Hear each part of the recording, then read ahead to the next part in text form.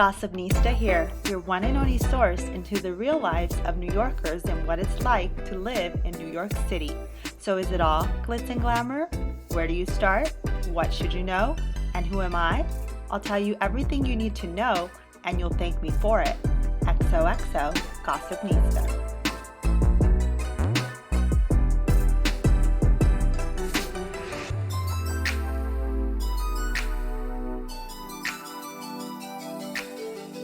Hey everyone, and welcome to the Gossipnista podcast. I'm your host, Mariana Monks. Thanks for joining me. Today we're talking wedding planning in the Big Apple with New York wedding planner Ashley Peraino.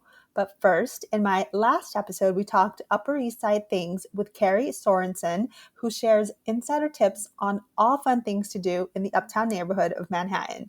So if you haven't tuned in, I definitely recommend it. You can listen anytime on episode 17. This week, in celebration of love and my 2-year wedding anniversary, my guest brings her expertise in all things New York and wedding planning, particularly in a post-COVID world. So whether you dream of getting married someday, just got engaged, want to have a beautiful New York wedding, don't know where to start due to COVID, or just want to learn what the wedding planning process is all about, then this episode is for you. Join us and be sure to follow the podcast on Instagram at Gossipnista Podcast for further tips. So without further ado, here is my interview with Ashley.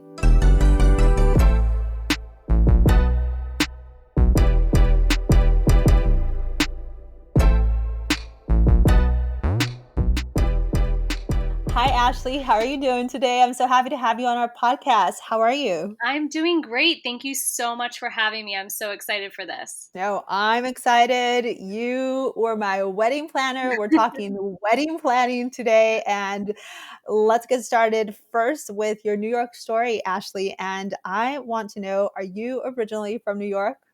Yeah, so I grew up in upstate New York in Syracuse, and right after college, I moved right to the city without a job, without an apartment. I just said, I want to live in the city and worked 3 jobs and made it work and found an apartment and have been here for 10 years now. Oh my gosh, that is so awesome. So you made it work. You Yeah. just decided one day you want to be in the city, hustled to kind of be able to stay in the city. And 10 years later, here you are. Here I am. And I also was just like, I don't want to stay at home in upstate New York. So And then so you're originally from New York, but not like Manhattan, the city. correct. So Yep. so what was it like growing up in Syracuse? Like what's the differentiator between that and the city? I'm sure there's a big I one. always just think it's more slow paced. Everyone that comes to New York City just says how busy and fast paced, and there's just this like life force here. And that's not, I haven't found that anywhere else. And that's what I feel like pulls me to always come back and stay here. Because Syracuse is more like just chill, more country. Like Yeah. what's it like?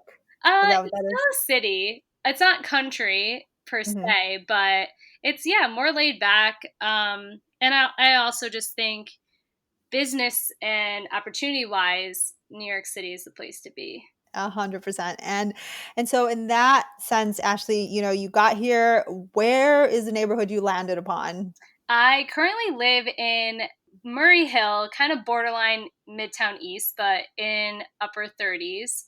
I've hmm actually been in my apartment for 9 years.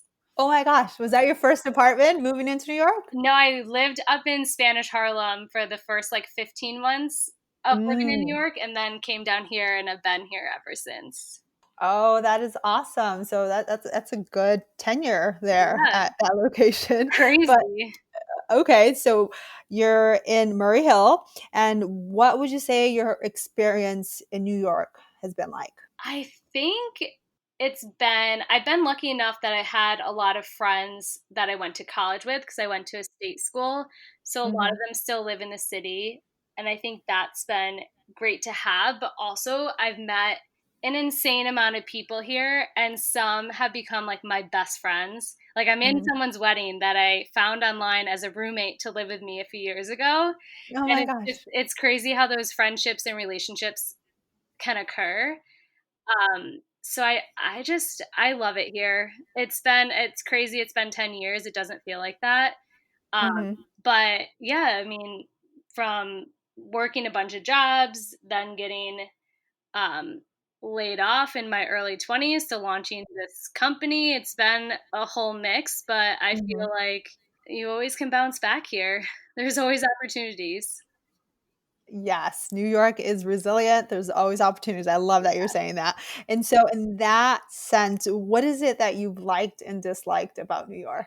I really like that there's always something to do here. I mean, Mhm. it's right now outside dining, but you can try like any new restaurant or rooftop opening, going to see new exhibits at museums and things like that, and just exploring the city. Um, Mhm. yeah, just always having something to do is what I really like.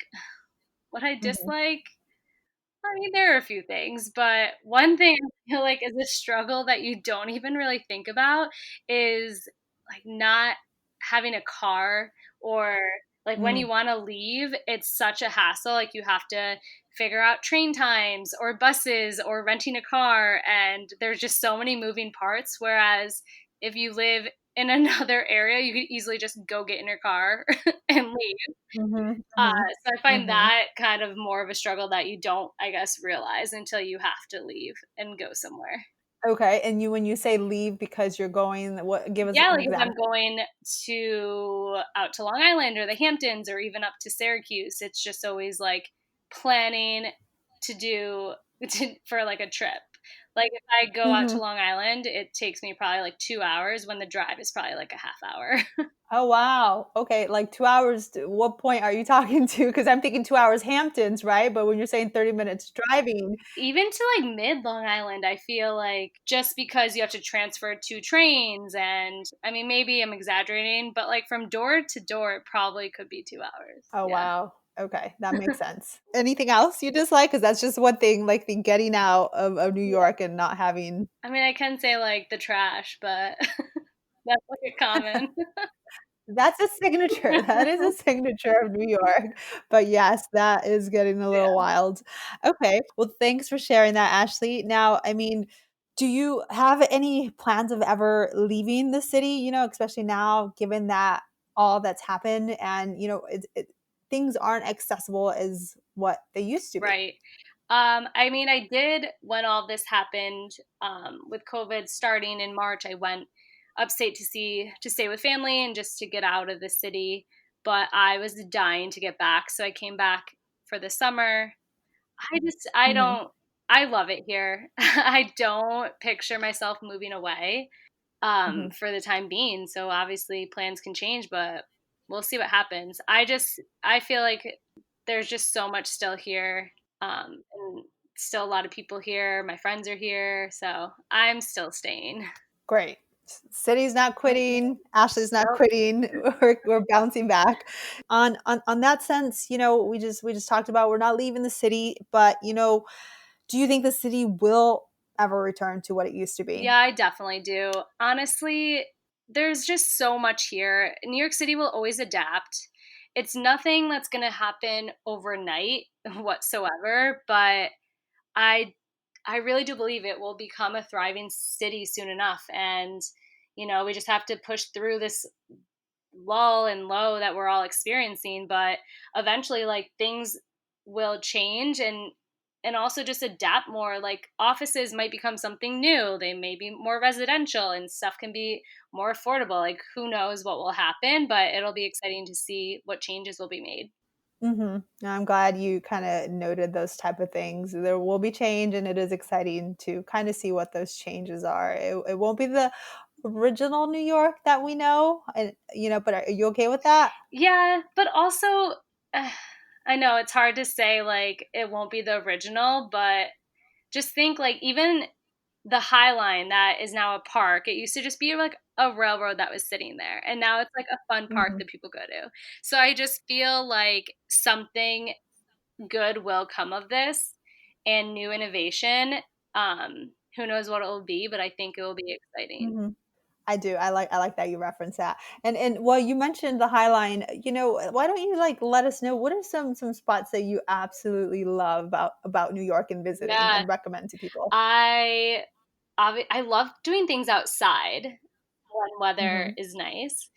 Um, Mhm. so Central Park, just exploring there, walking the High Line, and then there's just way too many food options to even go into. But one of the biggest things that I just tell people when they come here is just walk as much as you can, because there's so many things to be seen, so many little places to stumble upon that will alone just like make your trip or your day, whatever you're doing, a Mhm. little different. Yeah, and worthwhile, definitely. That's something that my husband and I do all the time, and I'm gonna just stop saying how many times we do it because we walk a lot, and it's so amazing exploring new areas and neighborhood and finding different things in every corner. Exactly. So, on that note, lastly, in regards to, your New York story and sharing some tips on this, what advice would you give to someone who is new to the city? I think it would be, um, to not be afraid to try something new. As weird as that, like, the whole, "Oh, try something Mhm. new," but I really feel like, especially here, it pertains to it. Um, like we were just saying, taking advantage of walking around and exploring, like, you can get caught up in such a bubble that like your work is or where you live, that you only go to like that neighborhood. So I found Mm, myself doing that plenty of times, that I just stay kind of around where I know. Whereas mhm. going to a different neighborhood for dinner, and just that, I feel like, is something that everyone should be doing, because we just get so caught up in our own little bubbles. And also, when I first moved here, I joined like sports leagues and like to meet new people, Wow. and to just try stuff new so that you can experience it, and you never know who you're going to meet, honestly. So I love that. You're joining yes, sports I leagues. did. I did, volleyball and Uh-huh. kickball. Oh my Yeah, I think gosh. those were the only 2. Where were these being held? So there are a few leagues. One was outside in Chelsea area. They have courts there that Mhm, flag football was mhm. playing while volleyball was playing, and then you'd all go to the bar after and, like, drink. Yeah. And then there are a few indoor leagues that you played, like, when it was colder out, you would play, in different, like, school gyms throughout the city. Okay, that sounds Yeah, they're fun. awesome. Is that feasible today? Not Not yet. we don't not yet, but, like, so what are some alternatives? I mean, Facebook groups, New York Yeah, Facebook I groups, think virtual. Meetup, because I think, I mean, I obviously be aware of, like, what you should and should not be doing, but I think just doing, there are probably, like, meetups that you could do for stuff outside. Um, I've Mhm, also, like, there are gym classes that are now open doing, again, outside, so that could be a way to, like, interact with people, and mhm. just being conscious of being safe and whatnot. Thanks so much for sharing that, Ashley. Now, I would love to transition into what brought you into the wedding planning career. So let's start there, Ashley. Gossipnista here. I hope you're enjoying the show so far. I wanted to hop in here to ask that if you haven't yet, if you could please subscribe, rate, and review this podcast wherever you listen. This will help me reach more people and spread the word about New York City and those who love it.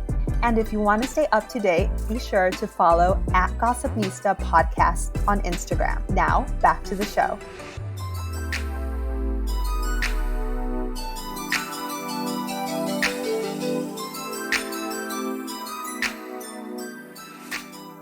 When did you decide you wanted to be a wedding planner? Is there a story behind it? What is it you love about wedding Yeah, planning? I feel as though I always like, so I went to school for fashion merchandising, and I think that was a Mm, reason of another push as to why I came to New York City. There are a ton of fashion companies here. mhm, So I made the move. And so while I was in fashion, I just like loved, like, Instagram wasn't a thing. So it was like Facebook or like reading wedding mhm, blogs. So I'd always do that, even though I was not planning a wedding or anything related to it. No friends getting married, but so when I came to New York, one of my jobs, I worked in marketing and did events for a fashion company, and that's where I loved, like, I realized I just love the aspect of event planning. and being in that whole kind of sometimes high stress, but like just having a bunch of moving parts come together into this end beautiful masterpiece that I just Mhm. like was so excited to be a part of. So I kind of went crazy and just decided to launch my own business in 2015 Wow. with no clients. I said, I'm just going to figure it out. And that's really what I did. I think what the biggest thing for me was when I was launching is networking and making connections with vendors was like the biggest Mm. thing that propelled my business forward. And then once I got clients, them referring people to me Mhm. is just Mhm. snowballed. From like one person, I've gotten like 4 wedding clients. So yeah, Wow, that is so it's pretty awesome. incredible. It just the fact that you took entrepreneurship under your wing and like just ran with it and decided you were doing this, and then also maybe got outside your comfort zone to network with new vendors and build relationships with them, and then kind of build off of that way. Like that is uncomfortable for some people, but that is amazing you did Oh that. yeah, I can completely see that. It definitely is interesting just putting yourself out there, but if you want something bad enough, you'll just make it happen. 100%, no, 200% on that one. So I love that you did that. Okay. So then, what would you say your experience as a wedding planner, what has it been like here in New York City? So I know when I started, I kind of was nervous about just, who am I? That whole like, who am I to Mm-hmm. be a wedding planner here? And is the market so saturated? But it really, I think, like you were saying before, it really did put me out of my comfort zone, which I think I had the most growth in doing it because of the Mm-hmm. connections, like working with top rated vendors and then having opportunities to work at these like iconic landmarks that if you Mm-hmm. say the name, like people are like, oh my gosh, I know that place. So Mm-hmm. it's just been really special. And it's work. It's nothing that's easy, and especially when you have to kind of know the city at least from a venue perspective, like and the vendors, like you have to kind of know like be in the know with who's who, what's going on, what are trends. But it's Mm-hmm. exciting, and I think it's really special to be able to work in New York City. A couple notes here.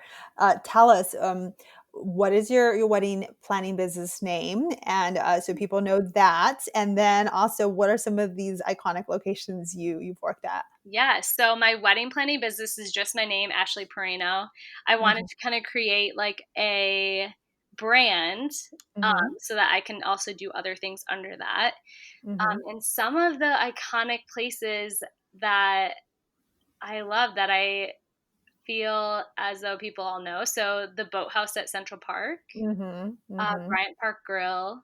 Mhm. Um, People don't know your venue, but 620 Loft and Garden, when they see pictures, people are like, oh my God, I saw that on Pinterest or I saw Mhm. that on Instagram. Mhm. Mhm. So I think that those are just, when you say that, people are like, oh wow. Yeah, I know all those locations you just mentioned, and they're beautiful. So that is good to know. Thanks for sharing that, Ashley. Now, do you do weddings in other places other than New York City? Are destination weddings something that you do, and are they happening right now? So I've had weddings since I'm from the Syracuse area. I've had weddings up there. And Mhm. then also just kind of around the New York City area, so Long Island and Hamptons. And also have had clients in New Jersey, Connecticut, Pennsylvania. Those were kind of more wedding management, where it's just Mhm. like coordination, not full on wedding planning. Mhm. But yeah, I think that destination. So I actually work more with couples like you guys were that Mhm. were destination to New York City. Mm, mhm. Or they've either lived here and they're coming back to plan, so that kind of thing. Mhm. But Mhm. yeah, I have couples that were this year that are now next year doing destination to New York City. Okay, so just to clarify here for the audience, so as I mentioned in the beginning, Ashley was our wedding planner. And at that time, my husband and I weren't living in New York City. So we were in Los Angeles. So we were introduced to Ashley through a mutual friend, and she became my wedding planner. And so she was helping and coordinating with us as our wedding planner from, the West Coast to the East Coast. So Mhm. you're saying that is something that you do a lot of, people coming from another state wanting to get married in New York and having that dream New York wedding like we did. Yeah, exactly. Like people that, since you guys can't be here Mhm. physically during it all, it's nice to just have, and I'm sure you can attest, I'm not going to toot my own horn, but it's nice to have someone here that knows like what's going on and also just physically here, that can help. Like if you guys couldn't be at something, that I would go deal with it, that kind of thing.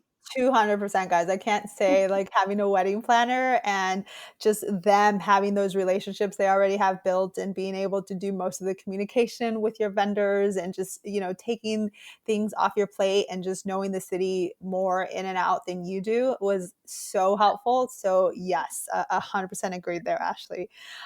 So, in regards to the services you provide, Mhm. like give us an overview exactly of all the services you provide for couples. Yeah, so the biggest is obviously full planning wedding. Hmm. So that includes literally everything. So from budget management to booking all vendors to helping with design and just being the point person for every vendor throughout the planning process so that you as the couple aren't bombarded with a million emails from vendors and I'm just like the person that's sifting through questions that actually you guys have to answer, also Hmm. doing contracts and all of that. Hmm. And then obviously there the day of creating the whole timeline, making sure everything is set up and running smoothly. Hmm. And then a step down from that, I call wedding management, which is people throw around the word the day of coordinator when in reality a day of person doesn't exist. You have to Yeah. get to know the couple a little more than just showing up on their day. Right. So I structured this package as basically when the couple books me is when they can start having access to ask me any questions that they have. I Hmm. just don't do any like vendor research or anything of communication with the vendors, Hmm. but I will like help with questions on when should you have your time on the invitation say, like for your start time for your ceremony, Hmm. and do you need a permit to shoot in this location, and just kind of guide them through the process and send Hmm. them like this is what you should be doing each month Mm. so that I Okay. don't walk into any surprises on their wedding day. And Hmm. then helping with the timeline, all of that, and then am there um, for 8 hours on their wedding day, not a full day, like the full planning. Mm. Okay. Okay. So that's great though. That's Yeah. still a lot of assistance in a way. And then is there anything below that? I'm do also offer consultations that are just like hour long. Like if you have questions on certain points or kind of like just need guidance on stuff, I offer that. Perfect. And then don't want to ask any specifics because they can reach out to you for this, but like general ballpark of what, a couple can expect for a wedding planning service in New Mhm. York. Yeah, I think that the biggest question for most couples when they even start anywhere, not even New York, is like, but where do I begin? Hmm. And I'm sure that you can relate. Like the whole beginning is so exciting yet overwhelming. So I just look at it as I'm there to like provide guidance throughout the whole planning process. Hmm. It's usually people's like first time doing this. And so to have that, like, okay, I've been here, done that, I can help you with it. But I think that the most important thing for any couple getting married is you need to, in the beginning, set an overall budget, Hmm. which is sometimes very hard to even wrap your head around, but that will determine so much of what you can and can't do. So, have conversations with family, see if people are contributing, look at how much you have saved, like set a realistic number that's attainable Hmm. so that you can work all your vendors into that budget. Mm. And when you're talking budget, you're talking just for your whole wedding as a Yeah. whole.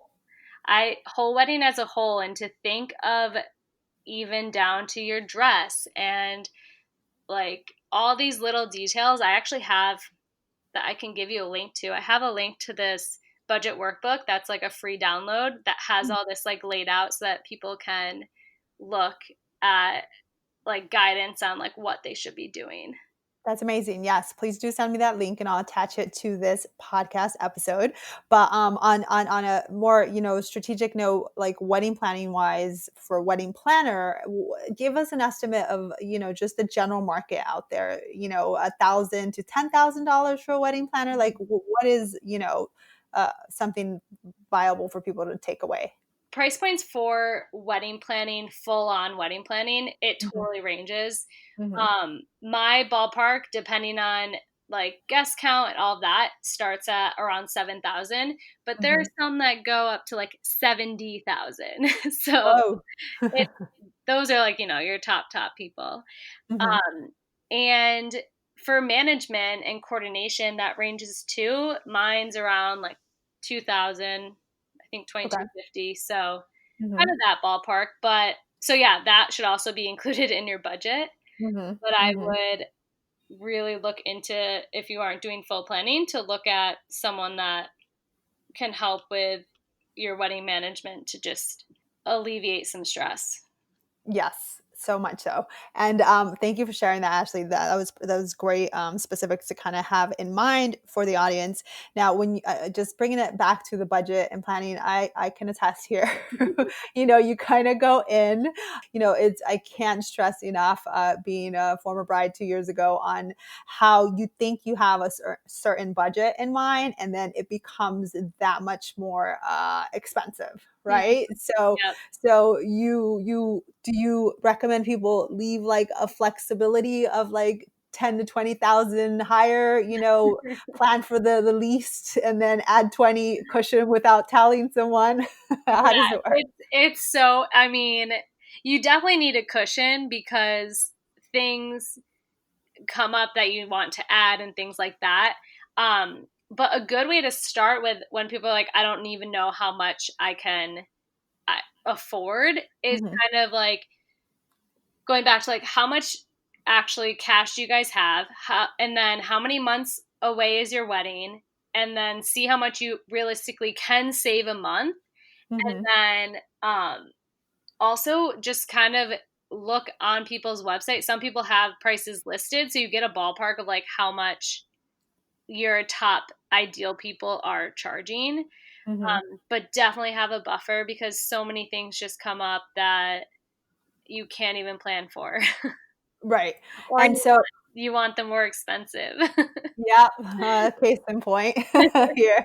Um, but so I did a little research prior to our conversation, and I'm just going to throw this out there. But tell us how realistic this is in your experiences planning for nearly 5 years in New Mhm. York City. In 2019, the average wedding cost for New York City specifically to have a wedding, they said was about a $32,000 budget. Is that like So that something? to me just seems so low. Mhm. Mhm. But there are just like so many aspects to like a 200 person wedding is never going to cost you $30,000. Of course. Mhm. Mhm. So there are a lot of factors that go into that. Mhm. Um, I think that there are ways to do that, but again, it all comes down to what the couple envisions and what they are okay with forgoing and what they definitely want. Like some people don't care as much about decor Mhm. and like the little details or a band versus DJ. Like there's ways to kind of cut that. Mhm. Also, Mhm. videographer versus not having that, except for people then say, I wish I had a highlight reel. Right. um, it's, yeah, I feel like my couple's wedding budgets are closer to Mhm. probably the 80K mark. Okay. And that's like a starting point or like the higher end? It's kind of like an average, maybe like 70, but Mhm. that's like throughout Manhattan, Brooklyn, and Queens.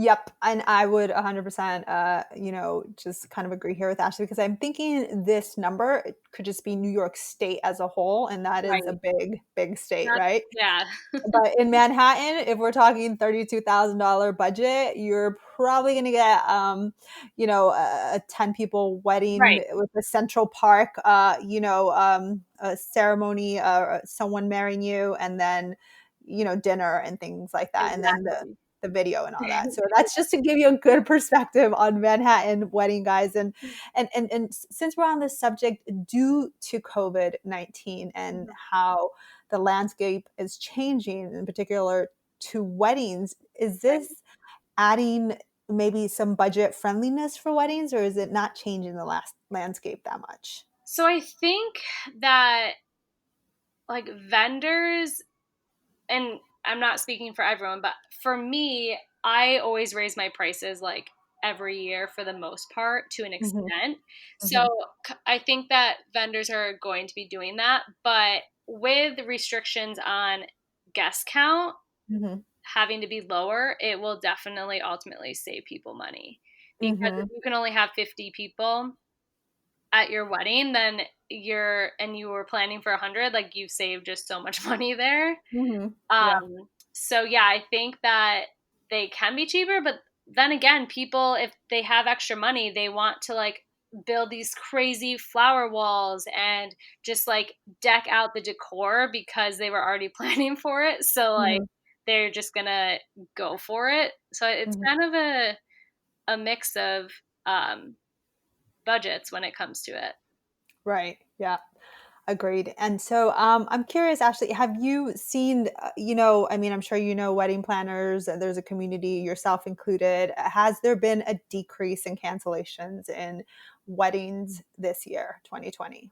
Absolutely. So for all my weddings, they Hmm. all got moved to 2021 or even 2022.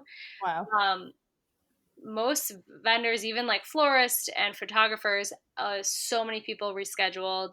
Mm. And I think that it's just been a huge hit because the events world was like $1 billion industry, Hmm. and it just Hmm. came to like this crazy halt come like in the middle of March. Hmm. And it's not just like planners, it goes down to like caterers, event staff, band DJs, like all these people that Hmm. had crazy summers booked.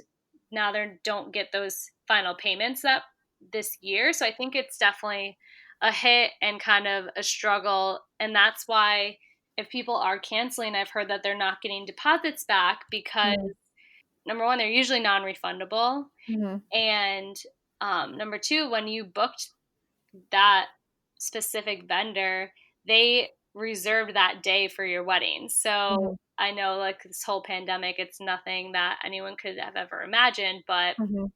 it's kind of hard. It's a weird thing to navigate this year for sure.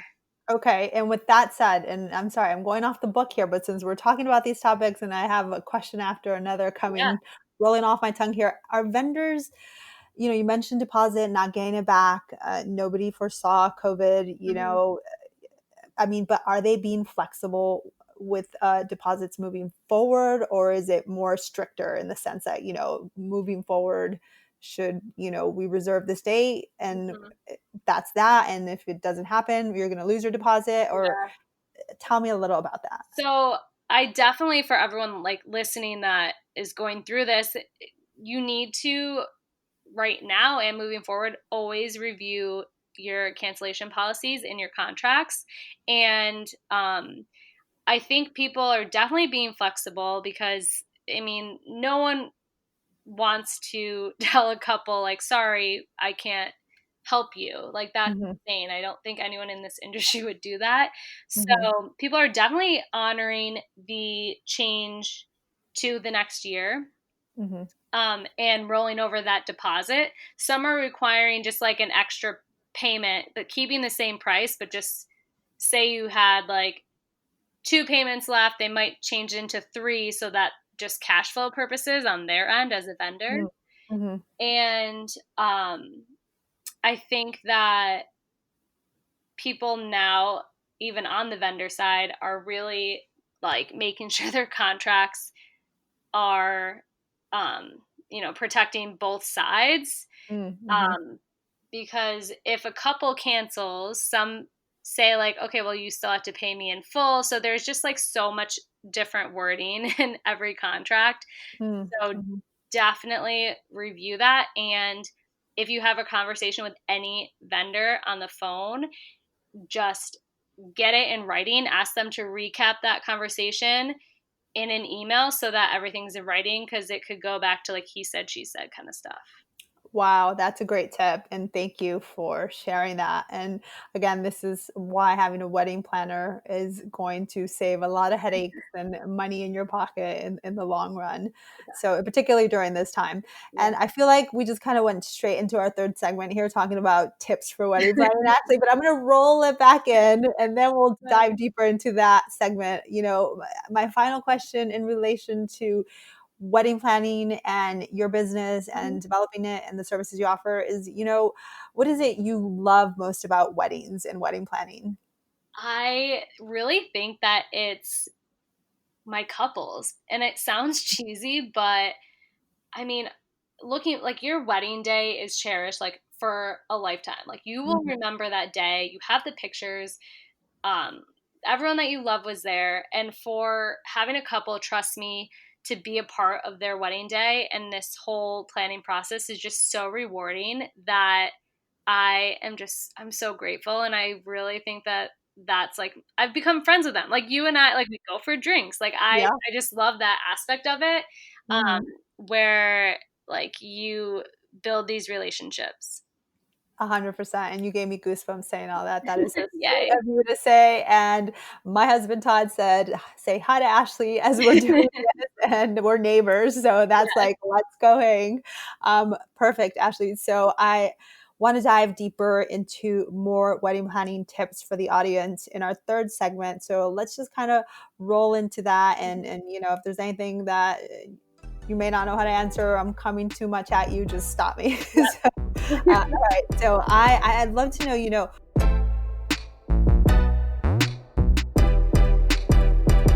gossip needs to hear. Hey everyone, since we're talking weddings, I definitely wanted to drop in here and share our photographer and videographer, JayLim Studios. JayLim Studios not only was the best photographer and videographer that we could have asked for, but they're the ones that captured the magic of our day. Not only did they capture that magic, but it translated into a published magazine with Destination I Do. So if you're looking for a New York photography company, definitely recommend checking out jaylimstudios.com. Now, back to the show.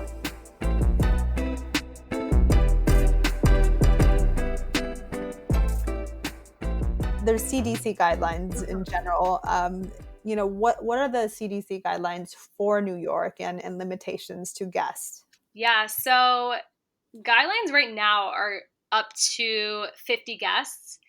Like masks, all staff has to wear them.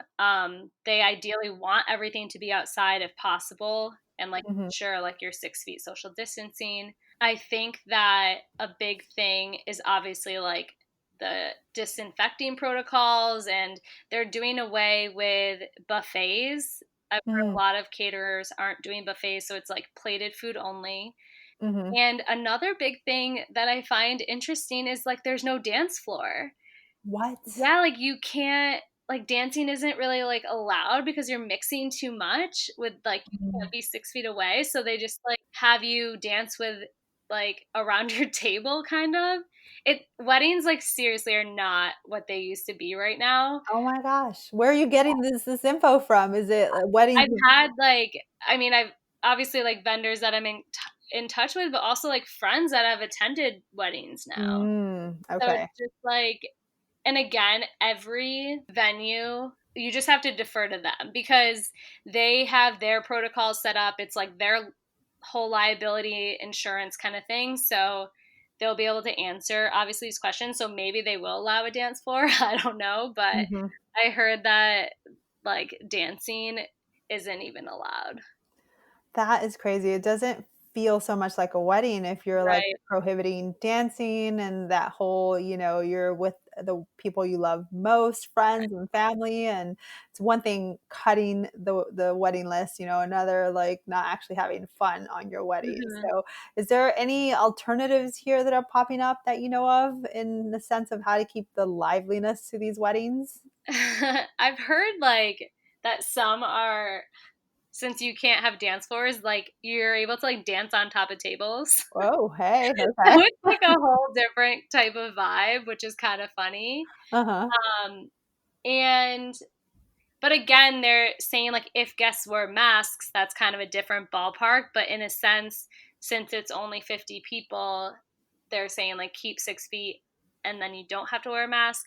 It really comes down to comfort level, like a personal comfort level. Mhm. And just I I mean, cutting a guest list is definitely hard, Mhm. but I feel like this is such a strange time for everyone that you shouldn't feel bad disinviting guests, but also Mhm. on the flip side, if guests that are invited don't feel comfortable coming, Mhm. like you have to respect their like own, Yeah. reasons why they're not coming because this is like totally uncharted waters and, some people just don't feel comfortable going to a gathering with 50 people. Mhm, mhm. With regards to vendors and it being specific to, venue locations on what you can and can't do, and what would you say how important it is to have wedding insurance? I mean, one, explain what wedding insurance is to people and if that's even relevant before COVID and now, post COVID. Right. So there's so many different tiers of wedding insurance. So I'll try Mhm. to like kind of do an overview of it. Yeah.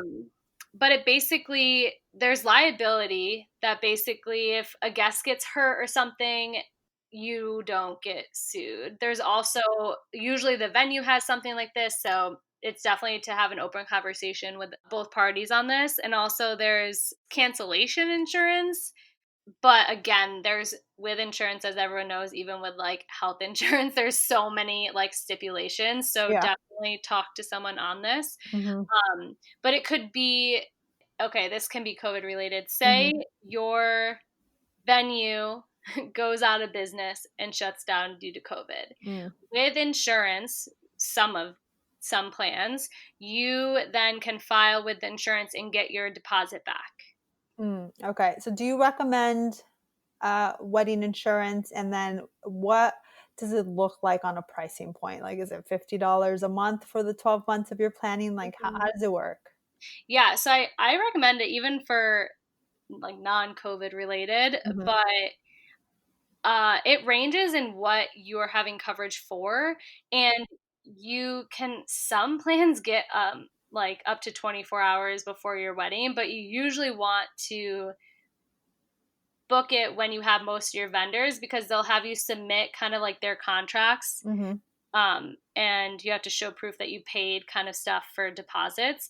But it ranges. I feel like you can get it depending on what kind for like $100. I don't think that's even monthly, Hmm. up to like 500. Okay. And that's just like a So one-time charge? yeah, some might have monthly, but I mean, if you get like the top one, you'll probably pay obviously a lot more, but Hmm. it's pretty reasonable and definitely something to look into.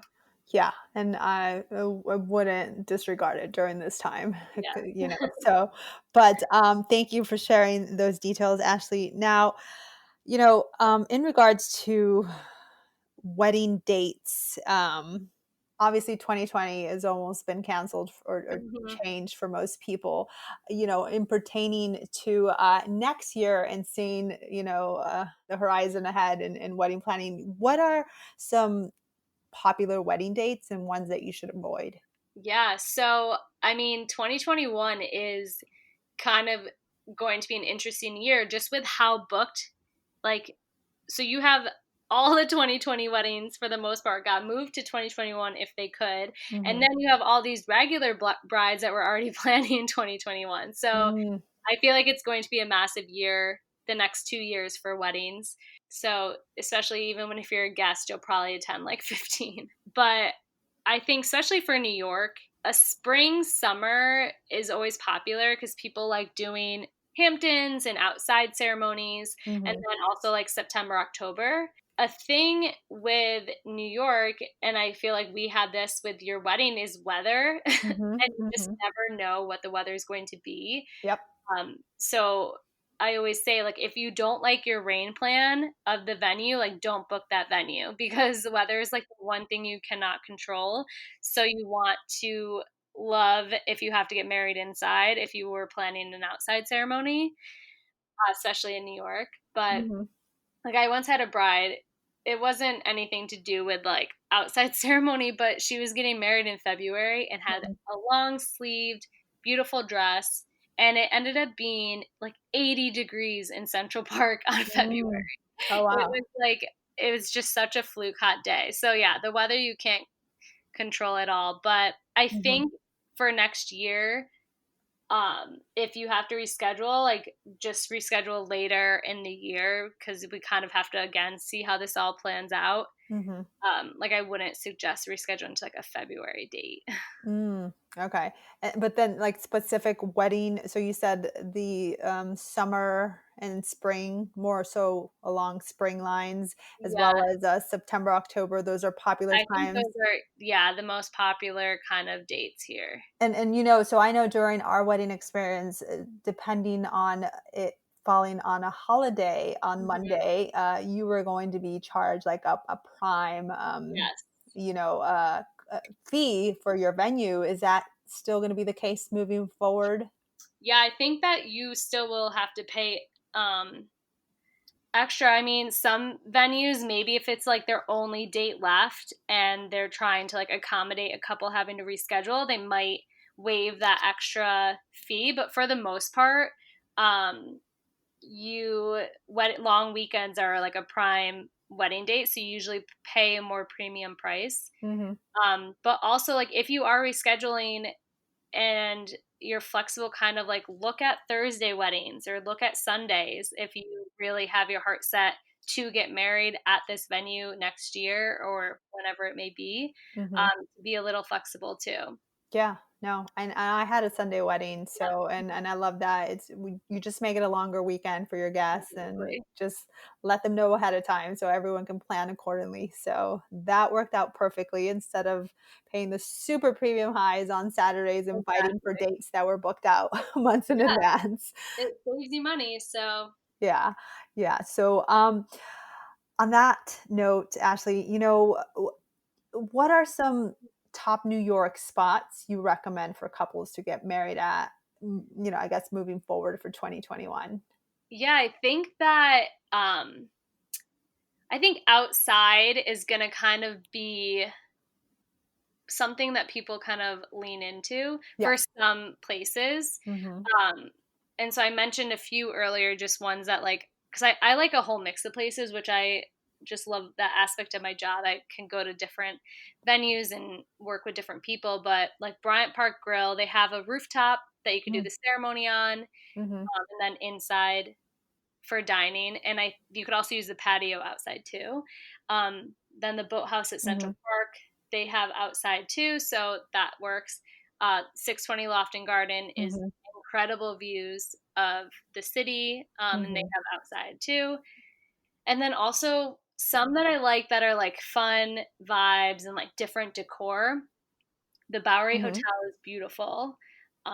They Mm. dinner would be inside, but they have like an outside patio that can do like cocktail hour or whatnot.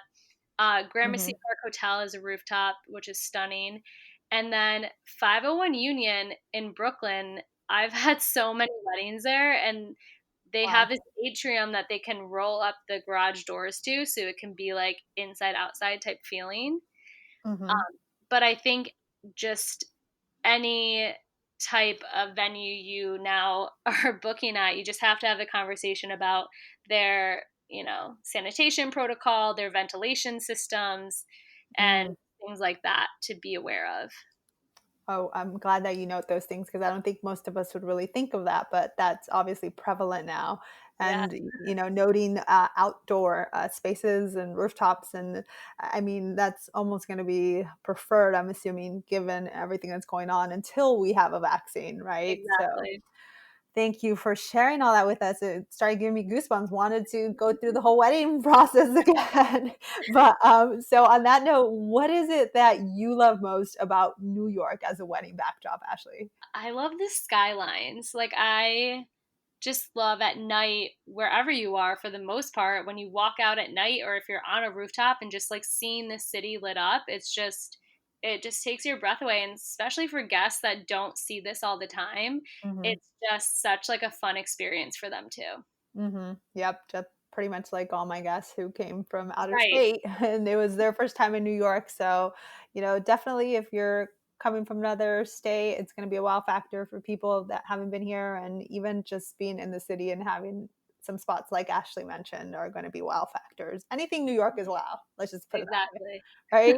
I mean, that's why people come here. That's why it's the skylines. It's everything about it. So, I guess, like, any crazy stories, any memorable stories about any weddings you've had? Um, I think, and I'm not even just saying that because we're chatting, but I loved yours because you really brought in that whole New York City feel for your guests. You really took in consideration, like, you got a bus to do sightseeing and just like the pictures in Grand Central and all of that. It was very like New York City feeling. Yeah. And then I also liked one of my couples got married in the Hamptons, and it was Mhm. just such like a fun thing. So we basically brought like all these New York City, Brooklyn vendors out Mhm. to the Hamptons Uh-huh. and just like created this like stunning wedding on the beach that I really enjoyed too. So Thanks for noting ours, but I mean, when you kinda touched upon both of those weddings, it's like, so there's one spectrum, right? There was our wedding, that's very New York and skyline-like, mhm, and then there's the Hampton wedding, which is very New York too, and it's like the beach and the Hampton vibe and just yeah, more beautiful and chill, so I love that. And guys, I know you've heard about our wedding, my wedding here to my husband, a couple times here through mine and Ashley's discussion. And just to know, when this podcast airs, it'll be September 30th, our 2-year anniversary. So happy yeah. anniversary, Todd Monks. Love you. Just had to throw that out there. I do intend to do a podcast with my husband at some point to kind of just give you our insight on what our experience getting married in New York and all these topics that Ashley and I discussed So was fun. like. But on that note, changing the subject away from me, um, any advice you have for couples on what not to do and to do that you can think of, just in regards to wedding, Ashley? Anything I'm missing here? Yeah, I think just kind of to recap, like we said, I mean, the biggest thing I always say is figure out your budget, Hmm. get everything in writing, Hmm. and like really don't be afraid to ask questions to your vendors, whether it's about contracts or just anything that you have. Like, utilize the people that you booked that you're entrusting with your wedding day because they've done this all before. Hmm. And so you might think it's a silly question, but it could just save you so much time instead of just Googling because, you know, Hmm. they're the professionals. They've worked usually in your space and whatnot. So just really utilizing them in your planning process. I feel like a lot of people, they book their photographer, their florist, and then they don't talk to them until a Hmm. few, like a month or two before their wedding Hmm. day. So Hmm. Hmm. Hmm. just definitely utilize them and hire a planner. No, that is like, as you're talking about this, I'm like, well, of course you should utilize your vendors, but also if you have a wedding planner to do all this for you and kind of keep that line of communication open, your life would be so much more stress free. And And I get that it's not for full planning is not for everyone. And it's just then look at people that offer like the coordination or management and always just find vendors that you vibe with and that because you're going to be spending your entire day with them. So you want to feel mhm, comfortable and just know that you're in good hands. So definitely trust your gut on certain things and have fun in the planning process because it's a beautiful day. It is your wedding day, but it's ultimately about your marriage to your partner. And mhm. that's just what is going to be celebrated. 100%. Oh, that is so sweet. And on my note, just to add my 2 cents here, I feel like in this COVID world and right now in 2020, for anyone getting married and for people moving forward for 2021, I think of it as like, you're going through a moment in time in history that Mhm. your wedding is one going to be about your day and your love forever, but it will also have a story to tell one day, right? To your future children. Exactly. So that is an exciting thing to think about. And so, Ashley, please tell us where people can connect with you, where they can learn more about your wedding planning services and follow you on social media and all this good stuff. Yeah, so my website is ashleyperaino.com. That's ASHLEYPERAINO.com. And same Mm-hmm. for Instagram, it's ashley.peraino. And I recently joined TikTok. Mm-hmm.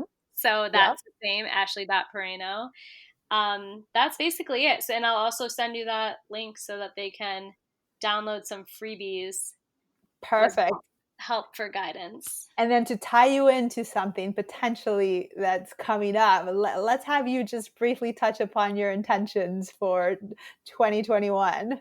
My intentions for 2021 is to launch a wedding planning podcast Yes. called, I guess I shouldn't say what it's called because what if people listen? We'll leave that as a surprise. Okay. But perfect. So you have a podcast in regards to wedding planning and tips. And I love that because that is very needed. And you have a lot of advice to give, and particularly pertaining to New York, a city that is New York strong, people love and people want to come to and just feel the energy of it. So Ashley, thank you so much for all your expertise and your amazing insight in regards to wedding planning. I love that you are a wedding planner. I think everyone should have a wedding planner, and it should be you if it's in New York. Thank Oh you. my God. Let's talk soon and have cocktails. Thank you so much. You're making me blush over here. Talk soon, Ashley. Bye.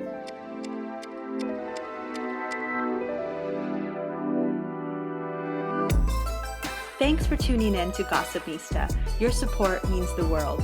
If you've enjoyed what you've heard, please be sure to hit the subscribe button and share this podcast with your friends. Can't wait till next week's episode? Follow along on Instagram at Gossipista to get my latest New York happenings. But if you live and breathe New York City like I do and want even more, go to our website at gossipnista.com, explore, and subscribe to our newsletter to get insider tips first. Lastly, if you have any questions and or scoop on the city, you can email me at gossipnista@gmail.com. Until next time, you know you love me. XOXO Gossipnista.